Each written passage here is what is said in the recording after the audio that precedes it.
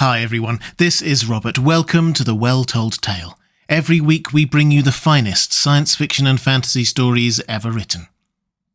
We return to Dracula by Bram Stoker.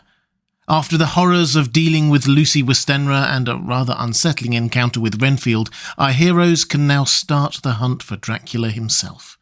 It's time to pull up a chair, relax and enjoy part 16 of Dracula by Bram Stoker. Chapter 19. Jonathan Harker's Journal. 1st of October, 5 a.m. I went with the party to the search with an easy mind, for I think I never saw Mina so absolutely strong and well. I am so glad that she consented to hold back and let us men do the work.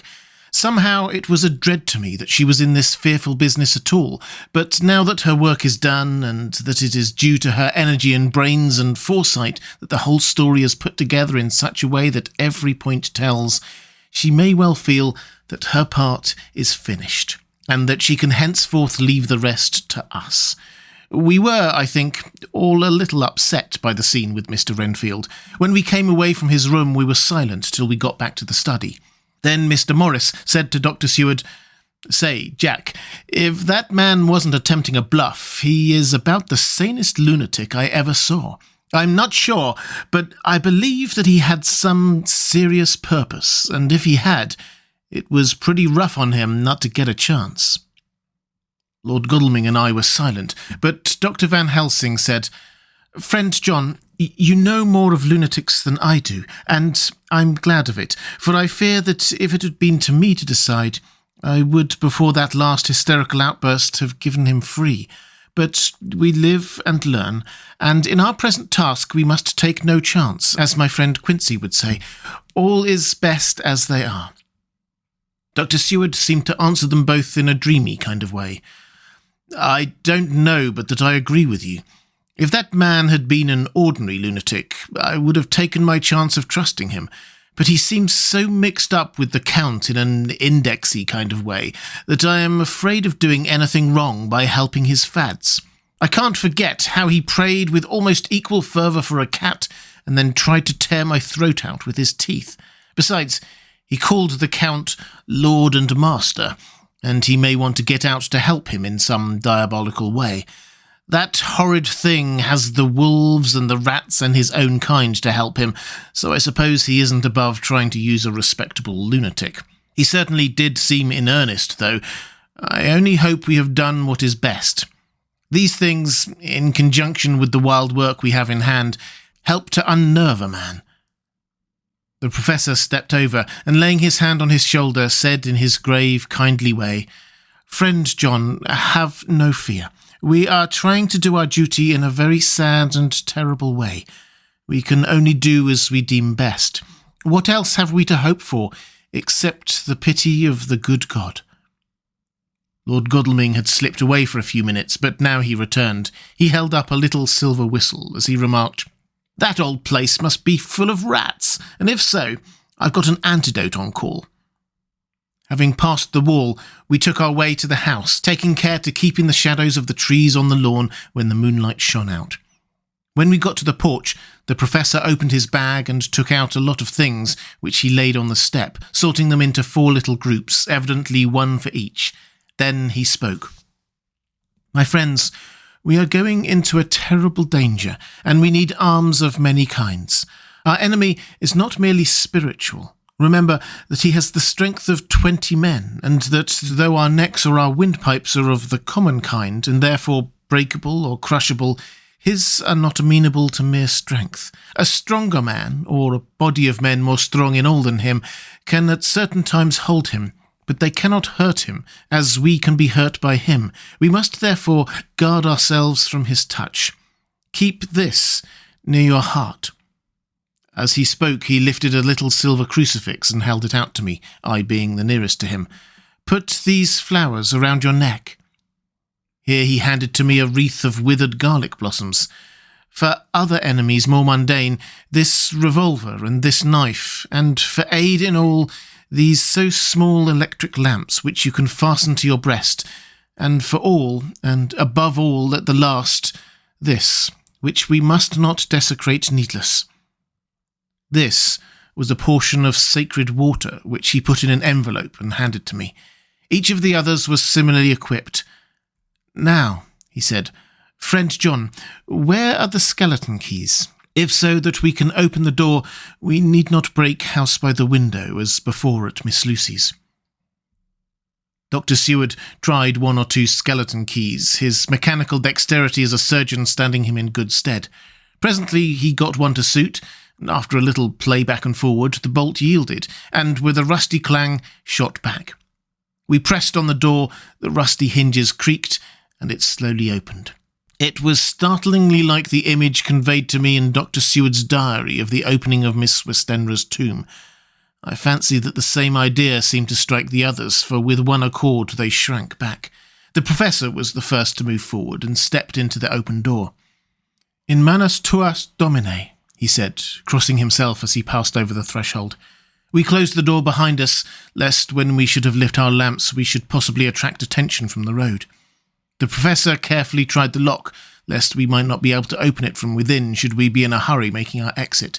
Then we all lit our lamps and proceeded on our search. The light from the tiny lamps fell in all sorts of odd shapes as the rays crossed each other, or the opacity of our bodies threw great shadows. I could not for my life get away from the feeling that there was someone else amongst us. I suppose it was the recollection so powerfully brought home to me by the grim surroundings of that terrible experience in Transylvania. I think the feeling was common to us all, for I noticed that the others kept looking over their shoulders at every sound and every new shadow, just as I felt myself doing. The whole place was thick with dust. The floor was seemingly inches deep, except where there were recent footsteps, in which, on holding down my lamp, I could see marks of hobnails where the dust was cracked. The walls were fluffy and heavy with dust, and the corners were masses of spider webs, whereon the dust had gathered till they looked like old tattered rags as the weight had torn them partly down. On a table in the hall was a great bunch of keys with a time-yellowed label on each. They had been used several times, for on the table were several similar rents in the blanket of dust, similar to that exposed when the Professor lifted them.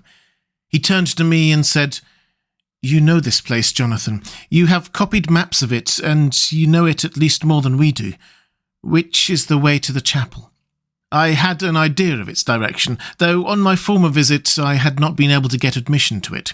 So I led the way, and after a few wrong turnings found myself opposite a low, arched oaken door, ribbed with iron bands.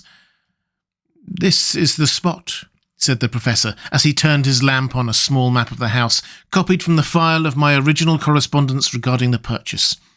With a little trouble, we found the key on the bunch and opened the door. We were prepared for some unpleasantness, for as we were opening the door, a faint, malodorous air seemed to exhale through the gaps, but none of us ever expected such an odour as we encountered. None of the others had met the Count at all at close quarters, and when I had seen him, he was either in the fasting stage of his existence in his rooms, or, when he was gloated with fresh blood, in a ruined building open to the air. But here the place was small and close, and the long disuse had made the air stagnant and foul. There was an earthy smell, as of some dry miasma, which came through the fouler air. But as to the odour itself, how shall I describe it? It was not alone that it was composed of all the ills of mortality, and with the pungent, acrid smell of blood, but it seemed as though corruption had become itself corrupt.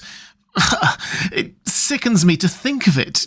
Every breath exhaled by that monster seemed to have clung to the place and intensified its loathsomeness. Under ordinary circumstances, such a stench would have brought our enterprise to an end, but this was no ordinary case, and the high and terrible purpose in which we were involved gave us a strength which rose above merely physical considerations. After the involuntary shrinking consequent on the first nauseous whiff, we one and all set about our work as though that loathsome place were a garden of roses. We made an accurate examination of the place, the Professor saying as we began, "The first thing is to see how many of the boxes are left. We must then examine every hole and corner and cranny, and see if we cannot get some clue as to what has become of the rest.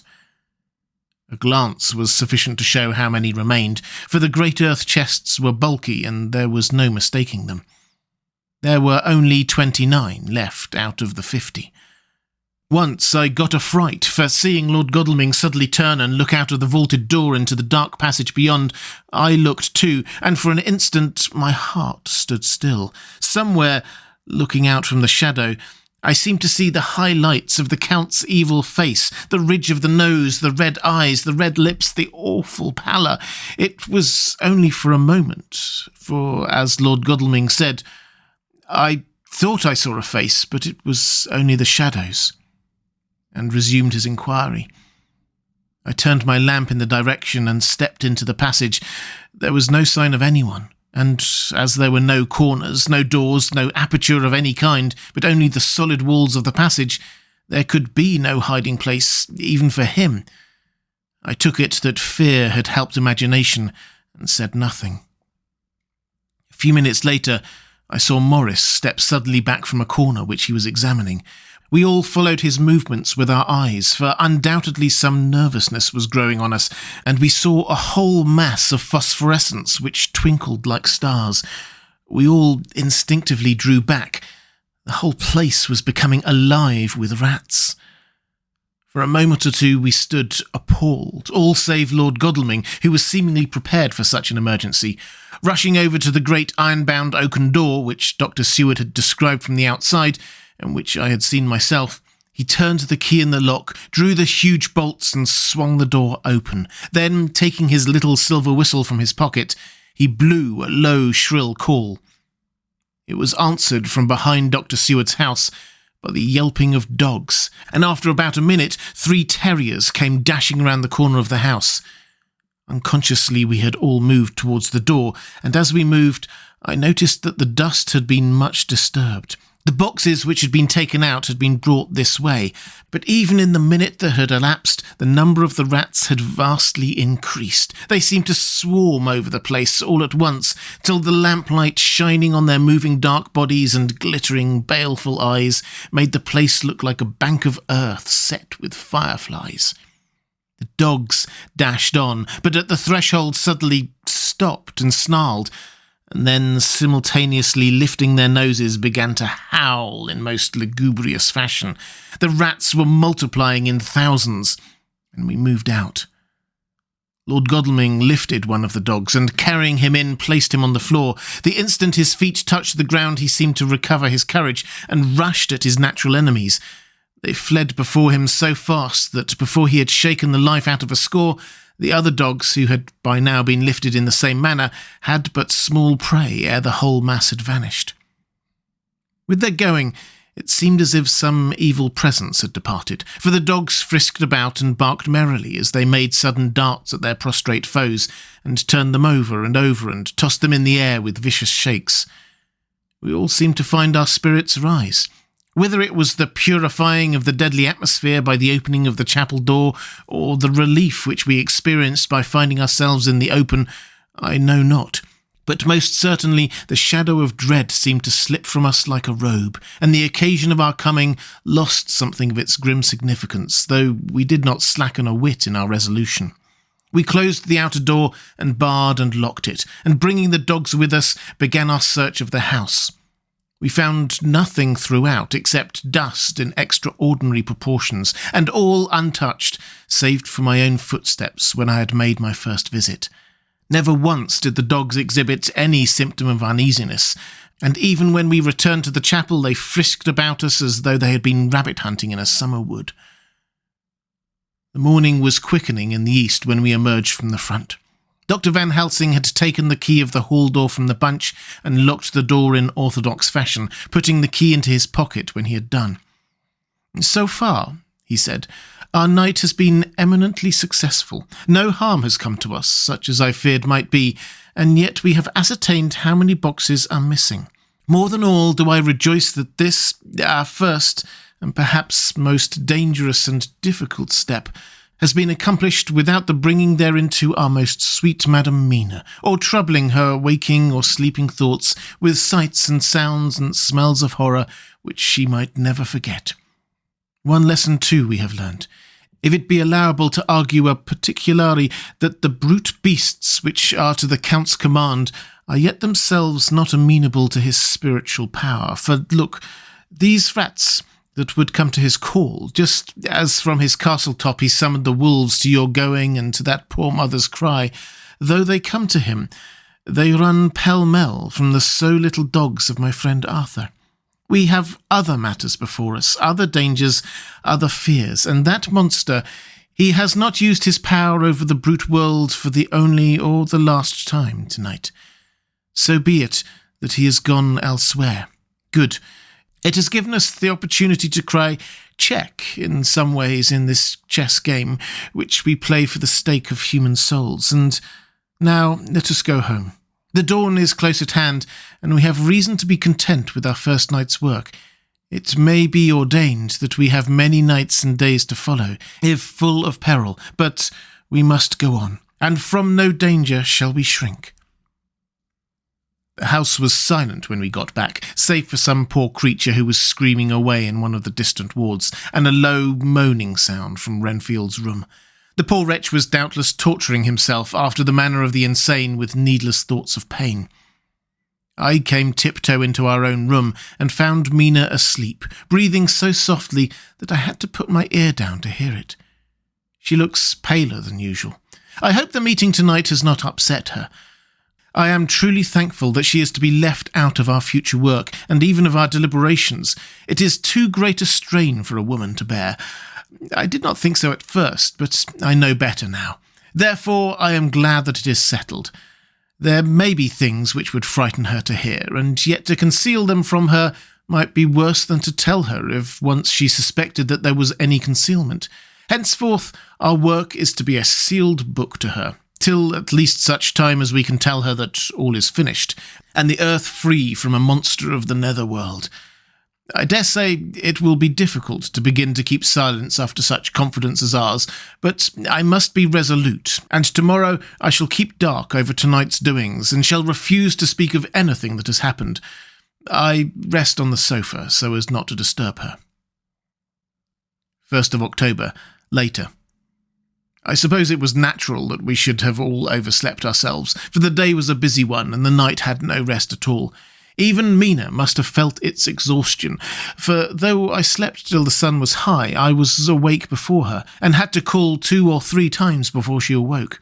Indeed, she was so sound asleep that for a few seconds she did not recognise me, but looked at me with a sort of blank terror, as one looks who has been waked out of a bad dream.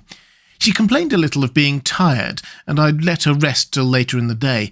We now know of 21 boxes having been removed, and if it be that several were taken in any of these removals, we may be able to trace them all. Such will, of course, immensely simplify our labour, and the sooner the matter is attended to, the better. I shall look up Thomas Snelling today. Dr. Seward's diary. 1st of October. It was towards noon when I was awakened by the Professor walking into my room. He was more jolly and cheerful than usual, and it is quite evident that last night's work has helped to take some of the brooding weight off of his mind. After going over the adventure of the night, he suddenly said, "Your patient interests me much. May it be that with you I visit him this morning? Or, if that you are too occupied, I can go alone if it may be. It is a new experience to me to find a lunatic who talk philosophy and reason so sound." I had some work to do which pressed, so I told him that if he would go alone I would be glad, as then I should not have to keep him waiting. So I called an attendant and gave him the necessary instructions. Before the Professor left the room, I cautioned him against getting any false impression from my patient. "But," he answered, "I want him to talk of himself and of his delusion as to consuming live things. He said to Madam Mina, as I see in your diary of yesterday, that he had once had such a belief. Why do you smile, friend John?" "Excuse me," I said, "but the answer is here." I laid my hand on the typewritten matter. "When our sane and learned lunatic made that very statement of how he used to consume life, His mouth was actually nauseous with the flies and spiders which he had eaten just before Mrs. Harker entered the room. Van Helsing smiled in turn. "Good," he said. "Your memory is true, friend John. I should have remembered. And yet it is this very obliquity of thought and memory which makes mental disease such a fascinating study. Perhaps I may gain more knowledge out of the folly of this madman than I shall from the teaching of the most wise. Who knows?" I went on with my work, and before long was through that in hand. It seemed that the time had been very short indeed, but there was Van Helsing back in the study. "Do I interrupt?" he asked politely as he stood at the door. "Not at all," I answered. "Come in, my work is finished and I am free. I can go with you now if you like." "It is needless, I have seen him." "Well?" "I fear that he does not appraise me at much. Our interview was short. When I entered his room, he was sitting on a stool in the centre with his elbows on his knees, and his face was the picture of sullen discontent. I spoke to him as cheerfully as I could, and with such a measure of respect as I could assume. He made no reply whatever. "Don't you know me?" I asked. His answer was not reassuring. "I know you well enough. You're the old fool Van Helsing. I wish you would take yourself and your idiotic brain theories somewhere else. Damn all thick-headed Dutchmen." Not a word more would he say, but sat in his implacable sullenness as indifferent to me as though I had not been in the room at all. Thus departed for the time my chance of much learning from this so-clever lunatic, so I shall go, if I may, and cheer myself with a few happy words with that sweet soul Madam Mina.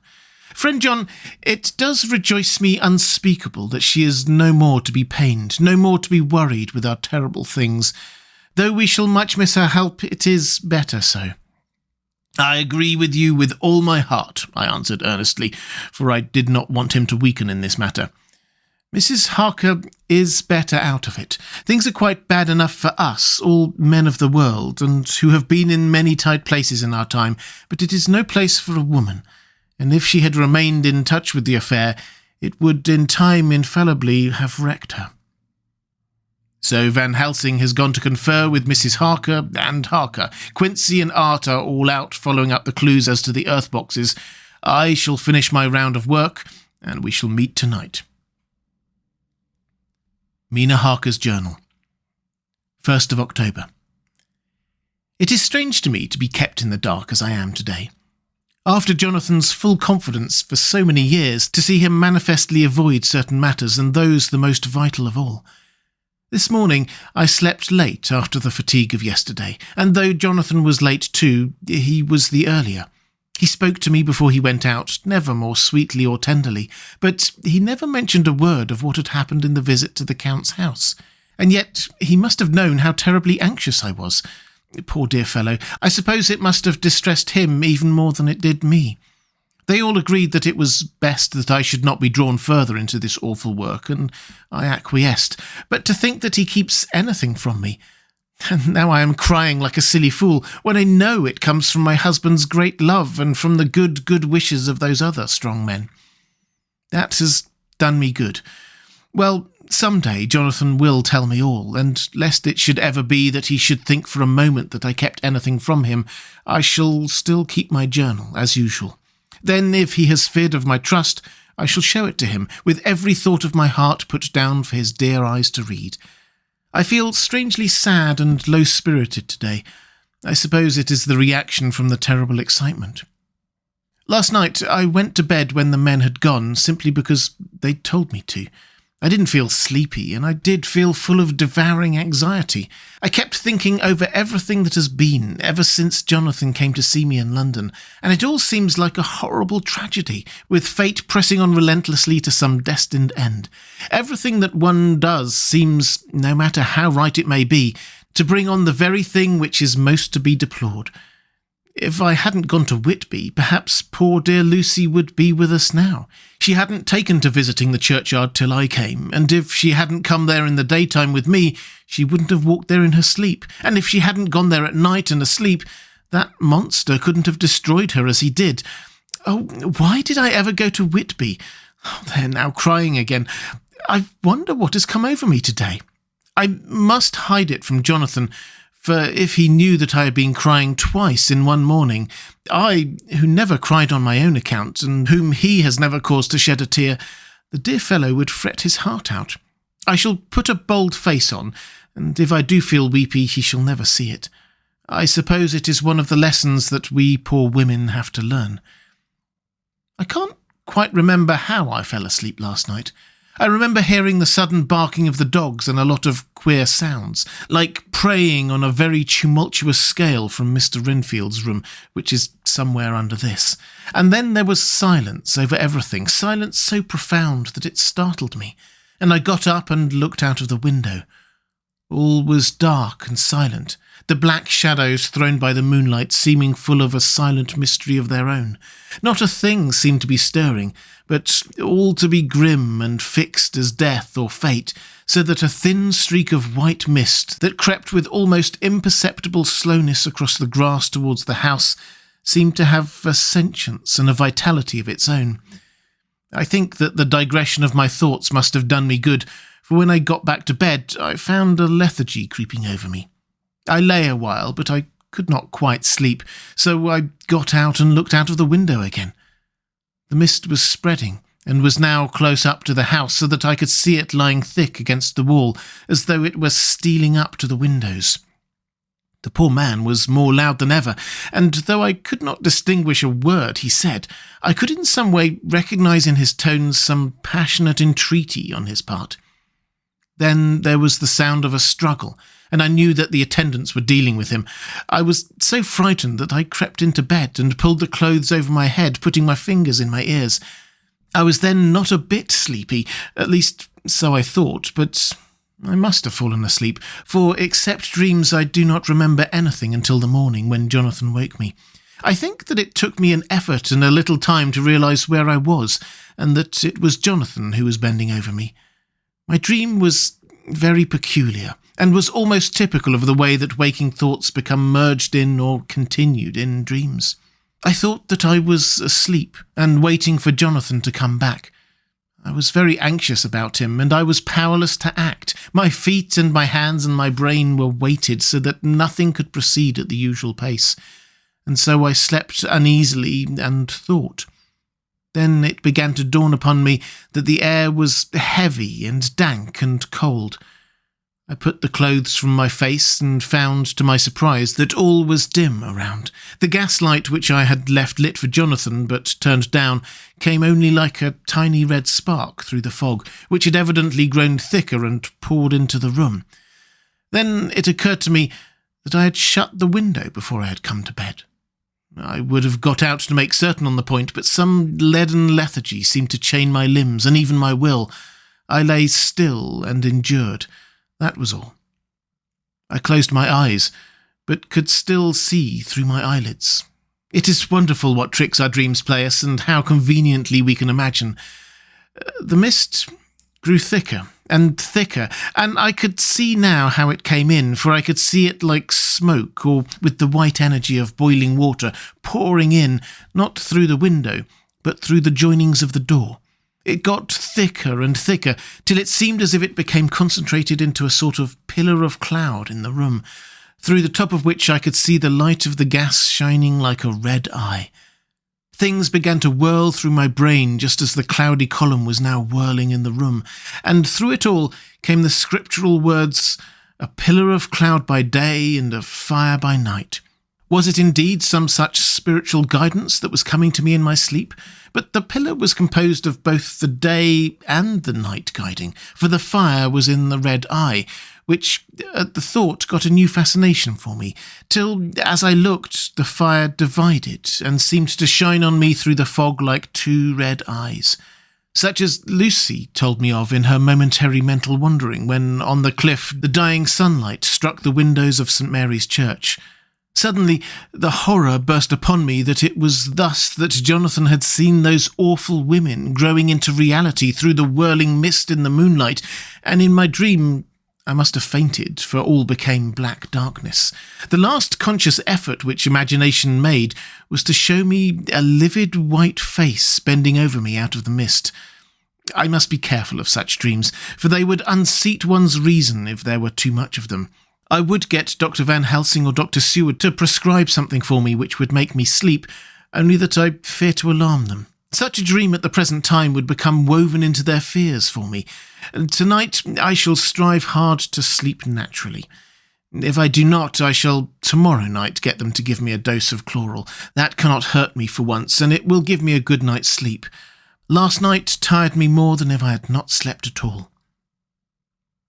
2nd of October, 10 p.m.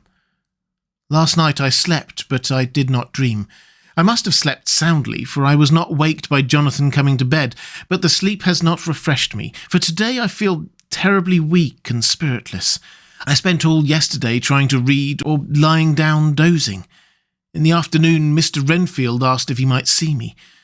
Poor man, he was very gentle, and when I came away he kissed my hand and bade God bless me. Some way it affected me much. I am crying when I think of him. This is a new weakness of which I must be careful. Jonathan would be miserable if he knew I had been crying. He and the others were out till dinner time, and they all came in tired. I did what I could to brighten them up, and I suppose that the effort did me good, for I forgot how tired I was. After dinner, they sent me to bed and all went off to smoke together, as they said, but I knew that they wanted to tell each other of what had occurred to each during the day. I could see from Jonathan's manner that he had something important to communicate. I was not so sleepy as I should have been, so before they went I asked Dr. Seward to give me a little opiate of some kind, as I had not slept well the night before. He very kindly made me up a sleeping draught, which he gave to me, telling me that it would do me no harm as it was very mild. I have taken it and am waiting for sleep, which still keeps aloof. I hope I have not done wrong, for as sleep begins to flirt with me, a new fear comes, that I may have been foolish in thus depriving myself of the power of waking. I might want it. Here comes sleep. Good night. Chapter 20. Jonathan Harker's Journal. 1st of October. Evening. I found Thomas Snelling in his house at Bethnal Green, but unhappily he was not in a condition to remember anything. The very prospect of beer which my expected coming had opened to him had proved too much, and he had begun too early on his expected debauch. I learned, however, from his wife, who seemed a decent poor soul, that he was only the assistant to Smollett, who of the two mates was the responsible person, so I drove off to Woolworth and found Mr. Joseph Smollett at home and in his shirt-sleeves, taking a late tea out of a saucer. He is a decent, intelligent fellow, distinctly a good, reliable type of workman, and with a headpiece of his own. He remembered all about the incident of the boxes, and from a wonderful dog-eared notebook which he produced from some mysterious receptacle about the seat of his trousers, and which had hieroglyphical entries in thick, half-obliterated pencil, he gave me the destinations of the boxes. There were, he said, 6 in the cartload which he took from Carfax and left at 197 Chicksand Street, Mile End, Newtown, and another 6 which he deposited at Jamaica Lane, Bermondsey. If then the Count meant to scatter these ghastly refuges of his over London, these places were chosen as the first of delivery, so that later he might distribute more fully. The systematic manner in which this was done made me think that he could not mean to confine himself to 2 sides of London. He was now fixed on the far east of the northern shore, on the east of the southern shore, and on the south. The north and west were surely never meant to be left out of his diabolical scheme, let alone the city itself and the very heart of fashionable London in the south-west and west. I went back to Smollett and asked him if he could tell us if any other boxes had been taken from Carfax. He replied, "Well, Governor, you've treated me very handsome." I had given him half a sovereign, "and I'll tell you all I know. I heard a man by the name of Bloxham say 4 nights ago, in the Hare and Hounds in Pinch's Alley, as how he and his mate had a rare dusty job in an old house at Perfect. There ain't a many such jobs as this here, and I'm thinking that maybe Sam Bloxham could tell you summat." I asked if he could tell me where to find him. I told him that if he could get me the address it would be worth another half-sovereign to him. So he gulped down the rest of his tea and stood up, saying that he was going to begin the search then and there. At the door he stopped and said, Look here, Governor, there ain't no sense in me keeping you here. I may find Sam soon or I mayn't, but anyhow, he ain't likely to be in a way to tell you much tonight. Sam is a rare one when he starts on the booze. If you can give me an envelope with a stamp on it and put your address on it, I'll find out where Sam's to be found and post it to you tonight. But you better be up after him in the morning, or you won't catch him, for Sam gets off main early. Never mind the booze the night before. This was all practical, so one of the children went off with a penny to buy an envelope and a sheet of paper and to keep the change. When she came back, I addressed the envelope and stamped it, and when Smollett had again faithfully promised to post the envelope when found, I took my way to home. We're on the track anyhow. I am tired tonight and want sleep. Mina is fast asleep and looks a little too pale. Her eyes look as though she had been crying.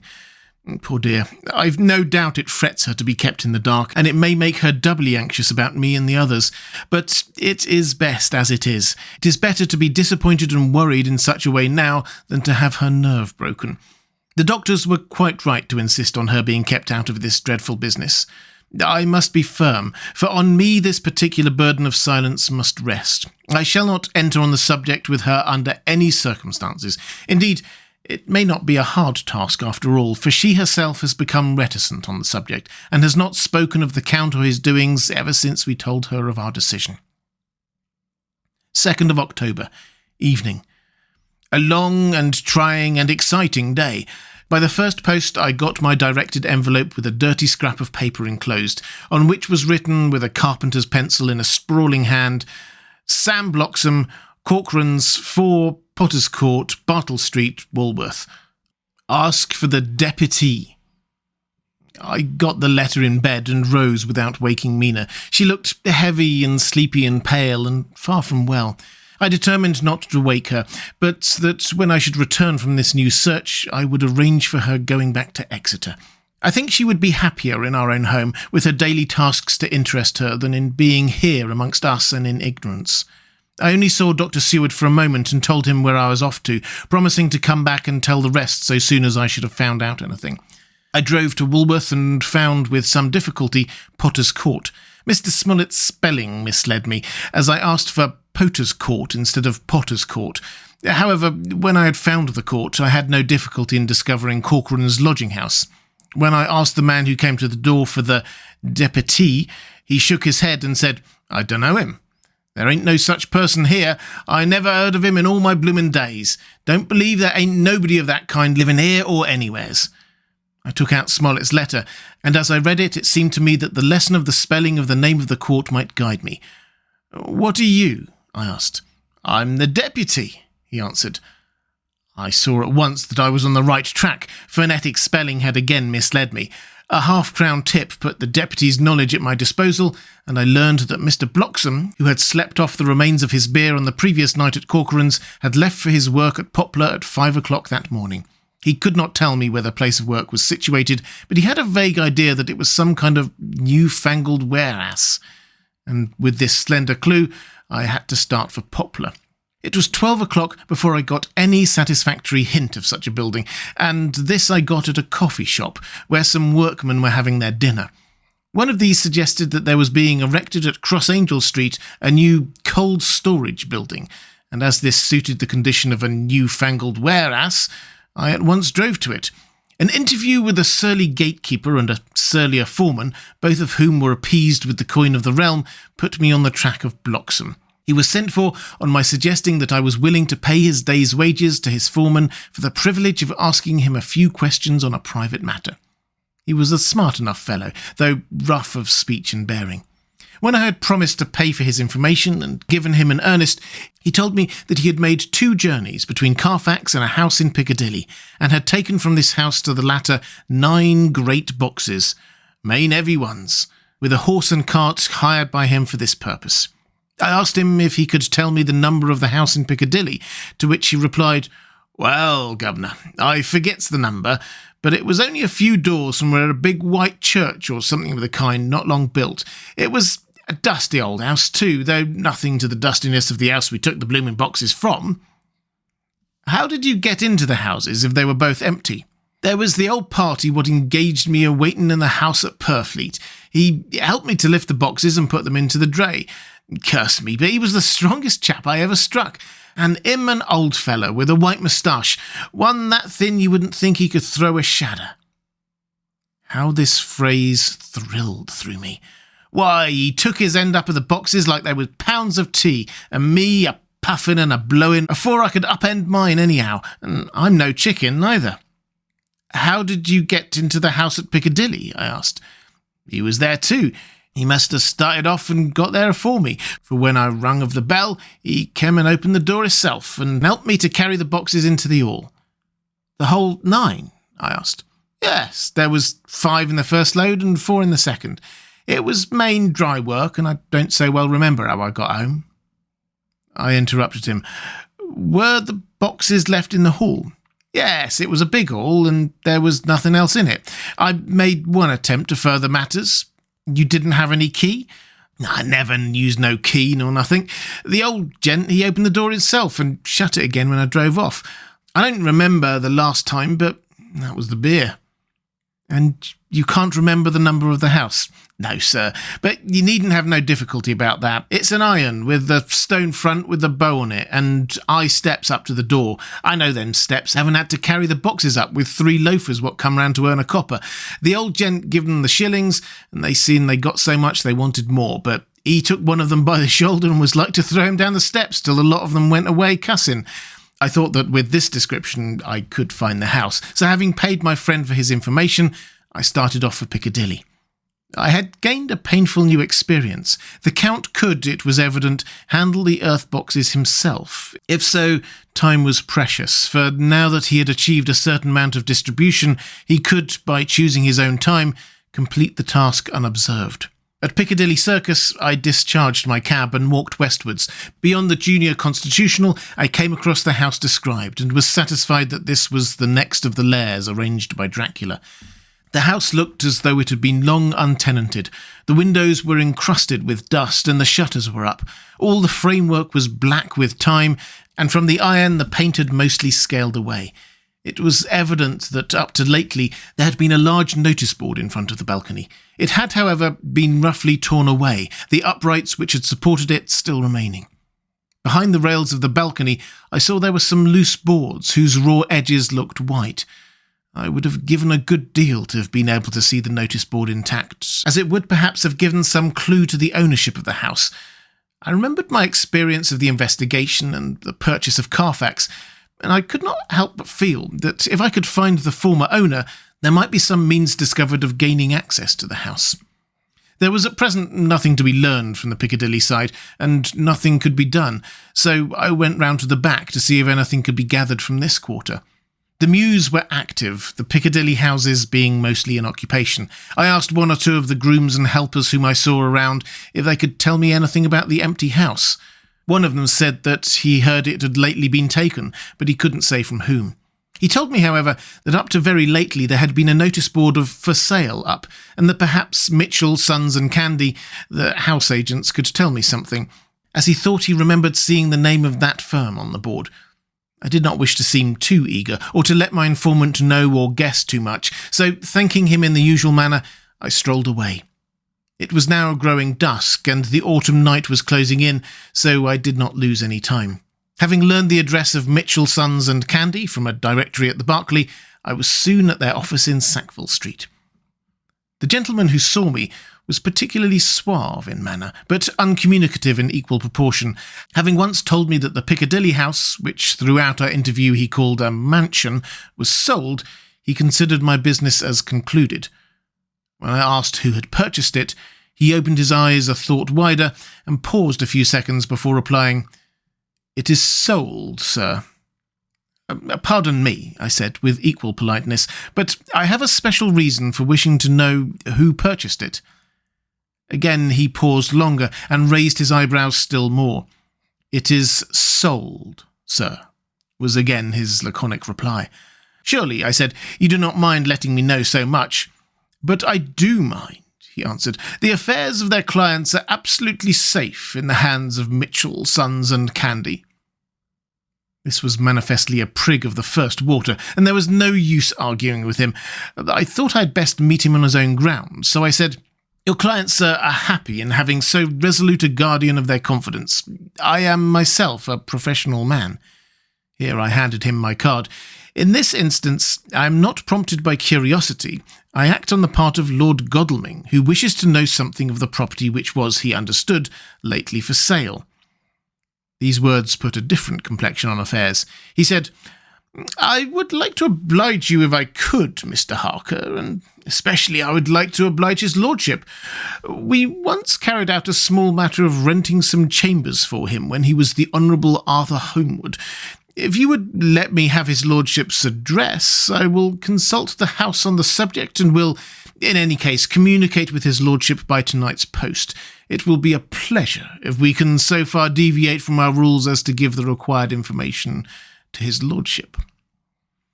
I wanted to secure a friend and not make an enemy, so I thanked him, gave the address at Dr. Seward's, and came away. It was now dark and I was tired and hungry. I got a cup of tea at the Aerated Bread Company and came down to Purfleet by the next train. I found all the others at home. Mina was looking tired and pale, but she made a gallant effort to be bright and cheerful. It wrung my heart to think that I had had to keep anything from her, and so caused her inquietude. Thank God this will be the last night of her looking on at our conferences and feeling the sting of our not showing our confidence. It took all my courage to hold to the wise resolution of keeping her out of our grim task. She seems somehow more reconciled, or else the very subject seems to have become repugnant to her, for when any accidental allusion is made, she actually shudders. I'm glad we made our resolution in time, as with such a feeling as this, our growing knowledge would be a torture to her. I could not tell the others of the day's discovery till we were alone, so after dinner, followed by a little music to save a few appearances, even amongst ourselves, I took Mina to her room and left her to go to bed. The dear girl was more affectionate with me than ever, and clung to me as though she would detain me, but there was much to be talked of, and I came away. Thank God the ceasing of telling things has made no difference between us. When I came down again, I found the others all gathered round the fire in the study. In the train I had written my diary so far, and simply read it off to them as the best means of letting them get abreast of my own information. When I had finished, Van Helsing said, "This has been a great day's work, friend Jonathan. Doubtless we are on the track of the missing boxes. If we find them all in that house, then our work is near the end. But there may be some missing. We must search until we find them. Then we shall make our final coup and hunt the wretch to his real death." We all sat silent a while, and all at once Mr. Morris spoke. "Say, how are we going to get into that house?" "We got into the other," answered Lord Godalming quickly. "But, Art, this is different. We broke house at Carfax, but we had night and a walled park to protect us. It will be a mighty different thing to commit burglary in Piccadilly, either by day or night. I confess, I don't see how we're going to get in unless that agency duck can find us a key of some sort. Perhaps we shall know when you get his letter in the morning." Lord Godalming's brows contracted, and he stood up and walked about the room. By and by he stopped and said, turning from one to another of us, "Quincy's head is level.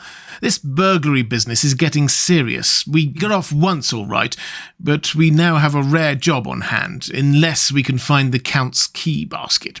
As nothing could well be done before morning, and as it would be at least advisable to wait till Lord Godalming should hear from Mitchell's, we decided not to take any active step before breakfast time. For a good while we sat and smoked, discussing the matter in its various lights and bearings. I took the opportunity of bringing this diary right up to the moment. I am very sleepy, and shall go to bed. Just a line. Mina sleeps soundly, and her breathing is regular. Her forehead is puckered up into little wrinkles, as though she thinks, even in her sleep, she is still too pale, but does not look so haggard as she did this morning. Tomorrow will, I hope, mend all this. She will be herself at home in Exeter. Oh, but I am sleepy. Dr. Seward's Diary. 1st of October. I am puzzled afresh about Renfield. His moods change so rapidly that I find it difficult to keep touch of them, and as they always mean something more than his own well-being, they form a more than interesting study. This morning, when I went to see him after his repulse of Van Helsing, his manner was that of a man commanding destiny. He was, in fact, commanding destiny, subjectively. He did not really care for any of the things of mere earth. He was in the clouds and looking down on all the weaknesses and wants of us poor mortals. I thought I would improve the occasion and learn something, so I asked him, "What about the flies these times?" He smiled on me in quite a superior sort of way, such a smile as would have become the face of Malvolio, as he answered me, "The fly, my dear sir, has one striking feature. Its wings are typical of the aerial powers of the psychic faculties. The ancients did well when they typified the soul as a butterfly." I thought I would push his analogy to its utmost logically, so I said quickly, "Oh, it is a soul you are after now, is it?" His madness foiled his reason, and a puzzled look spread over his face, as shaking his head with a decision which I had but seldom seen in him, he said, Oh, no, I want no souls. Life is all I want." Here he brightened up. "I am pretty indifferent about it at present. Life is all right. I have all I want. You must get a new patient, doctor, if you wish to study zoophagy." This puzzled me a little, so I drew him on. "Then you command life? You are a god, I suppose?" He smiled with an ineffably benign superiority. "Oh, no. Far be it from me to arrogate to myself the attributes of the deity. I am not even concerned in his especially spiritual doings. If I may state my intellectual position, I am, so far as concerns things pure terrestrial, somewhat in the position which Enoch occupied spiritually." This was a poser to me. I could not at the moment recall Enoch's appositeness, so I had to ask a simple question, though I felt that by doing so I was lowering myself in the eyes of the lunatic. "And why with Enoch?" "Because he walked with God." I could not see the analogy, but did not like to admit it, so I harked back to what he had denied. "So you don't care about life and you don't want souls. Why not?" I put my question quickly and somewhat sternly, on purpose to concert him. The effort succeeded. In an instant he unconsciously relapsed into his old servile manner, bent low before me, and actually fawned upon me as he replied, "I don't want any souls. Indeed, I don't. I couldn't use them if I had them. They would be no manner of use to me. I couldn't eat them or—" He suddenly stopped, and the old cunning look spread over his face like a wind-sweep on the surface of the water. "And, doctor, as to life, what is it, after all? When you've got all you require and you know that you will never want, that is all. I have friends, good friends, like you, Dr. Seward." This was said with the leer of inexpressible cunning. "I know that I shall never lack the means of life." I think that through the cloudiness of his insanity he saw some antagonism in me, for he at once fell back on the last refuge of such as he, a dogged silence. After a short time I saw that for the present it was useless to speak to him. He was sulky, and so I came away. Later in the day he sent for me. Ordinarily I would not have come without special reason, but just at present I am so interested in him that I would gladly make an effort. Besides, I am glad to have anything to help pass the time. Harker is out following up clues, and so are Lord Godalming and Quincy. Van Helsing sits in my study poring over the record prepared by the Harkers. He seems to think that by accurate knowledge of all details he will light upon some clue. He does not wish to be disturbed in the work without cause. I would have taken him with me to see the patient, only I thought that after his last repulse he might not care to go again. There was also another reason. Renfield might not speak so freely before a third person as when he and I were alone. I found him sitting in the middle of the floor on his stool, a pose which is generally indicative of some mental energy on his part. When I came in, he said at once, as though the question had been waiting on his lips, "What about souls?" It was evident then that my surmise had been correct. Unconscious cerebration was doing its work, even with the lunatic. I determined to have the matter out. "What about them yourself?" I asked. He did not reply for a moment, but looked all round him and up and down, as though he expected to find some inspiration for an answer. "I don't want any souls," he said in a feeble, apologetic way. The matter seemed preying on his mind, and so I determined to use it, to be cruel only to be kind.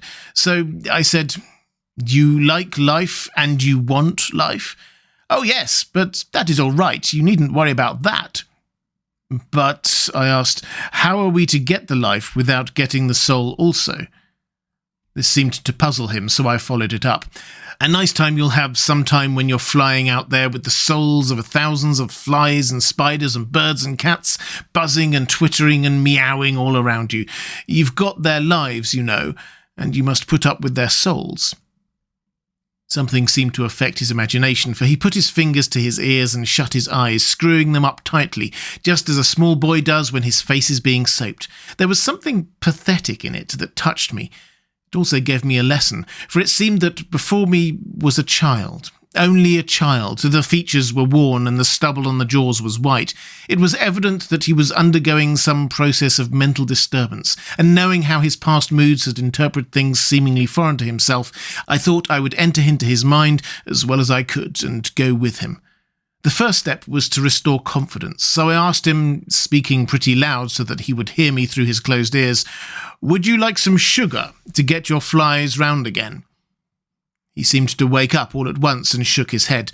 With a laugh he replied, "Not much. Flies are poor things after all." After a pause he added, "But I don't want their souls buzzing round me all the same." "Or spiders?" I went on. "Blow spiders! What's the use of spiders? There isn't anything in them to eat, or—" He stopped suddenly, as though remembering a forbidden topic. So, I thought to myself, this is the second time he has suddenly stopped at the word drink. What does it mean? Renfield seemed himself aware of having made a lapse, for he hurried on, as though to distract my attention from it. "I don't take any stock at all in such matters. Rats and mice and such small deer, as Shakespeare has it. Chicken feed of the larder, they might be called. I'm past all that sort of nonsense.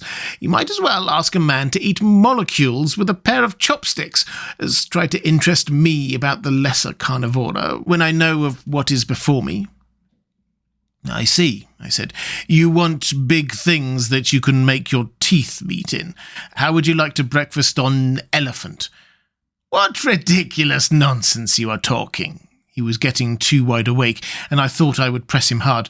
"I wonder," I said reflexively, "what an elephant's soul is like." The effect I desired was obtained, for he at once fell from his high horse and became a child again. "I don't want an elephant's soul, or any soul at all," he said. For a few moments he sat despondently. Suddenly he jumped to his feet, with his eyes blazing and all the signs of intense cerebral excitement. "To hell with you and your souls," he shouted. "Why do you plague me about souls? Haven't I got enough to worry and pain and distract me already without thinking of souls?" He looked so hostile that I thought he was in for another homicidal fit, so I blew my whistle. The instant, however, that I did, he became calm and said apologetically, "Forgive me, Doctor. I forgot myself. You do not need any help. I am so worried in my mind that I am apt to be irritable. If you only knew the problem I have to face and that I am working out, you would pity and tolerate and pardon me. Pray do not put me in a strait waistcoat. I want to think and cannot think freely when my body is confined. I'm sure you will understand." He had evidently self-control, so when the attendants came I told them not to mind, and they withdrew. Renfield watched them go. When the door was closed, he said, with considerable dignity and sweetness, "Dr. Seward, you have been very considerate towards me. Believe me that I am very, very grateful to you." I thought it well to leave him in this mood, so I came away. There is certainly something to ponder over in this man's state. Several points seem to make what the American interviewer calls a story, if one could only get them in proper order. Here they are. Will not mention drinking. Fears the thought of being burdened with the soul of anything. Has no dread of wanting life in the future. Despises the meaner forms of life altogether, though he dreads being haunted by their souls. Logically, all these things point one way. He has assurance of some kind that he will acquire some higher life. He dreads the consequence, the burden of a soul. Then it is a human life he looks to. And the assurance? Merciful God, the Count has been to him, and there is some new scheme of terror afoot. Later, I went after my round to Van Helsing and told him my suspicion. He grew very grave, and after thinking the matter over for a while, asked me to take him to Renfield. I did so. As we came to the door, we heard the lunatic within singing gaily, as he used to do in the time which now seems so long ago. When we entered, we saw with amazement that he had spread out his sugar as of old. The flies, lethargic with the autumn, were beginning to buzz into the room. We tried to make him talk of the subject of our previous conversations, but he would not attend. He went on with his singing, just as though we had not been present. He had got a scrap of paper and was folding it into a notebook. We had to come away as ignorant as we went in. He is a curious case indeed. We must watch him tonight. Letter, Mitchell, Sons and Candy, to Lord Godalming, 1st of October. My Lord, we are at all times only too happy to meet your wishes. We beg, with regard to the desire of your lordship expressed by Mr. Harker on your behalf, to supply the following information concerning the sale and purchase of number 347 Piccadilly. The original vendors are the executors of the late Mr. Archibald Winter Suffield. The purchaser is a foreign gentleman, Count de Ville, who effected the purchase himself, paying the purchase money in notes over the counter, if your lordship will pardon us so vulgar an expression. Beyond this, we know nothing whatever of him. We are, my lord, your lordship's humble servants, Mitchell, Sons and Candy. Dr. Seward's Diary, 2nd of October. I placed a man in the corridor last night and told him to make an accurate note of any sound he might hear from Renfield's room, and gave him instructions that if there should be anything strange, he was to call me. After dinner, when we had all gathered round the fire in the study, Mrs. Harker having gone to bed, we discussed the attempts and discoveries of the day. Harker was the only one who had any results, and we are in great hopes that his clue may be an important one. Before going to bed, I went round to the patient's room and looked in through the observation trap. He was sleeping soundly, and his heart rose and fell with regular respiration. This morning, the man on duty reported to me that a little after midnight he was restless and kept saying his prayers somewhat loudly.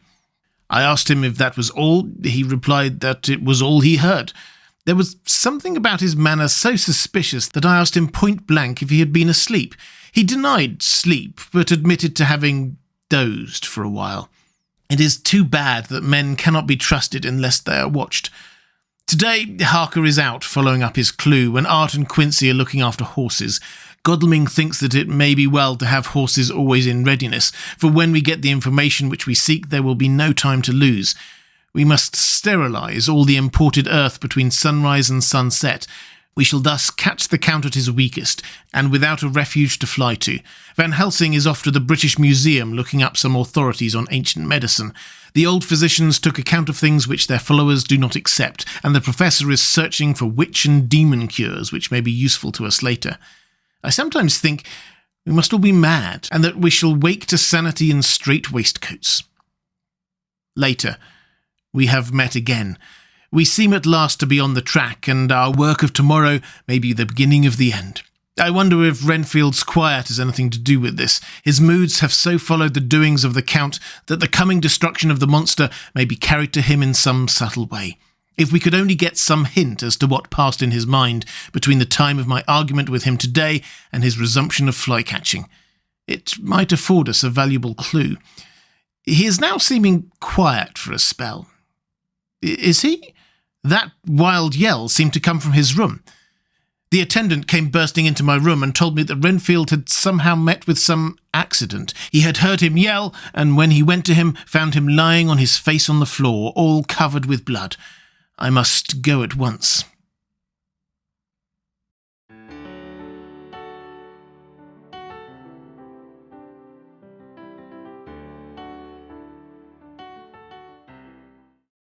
And welcome back.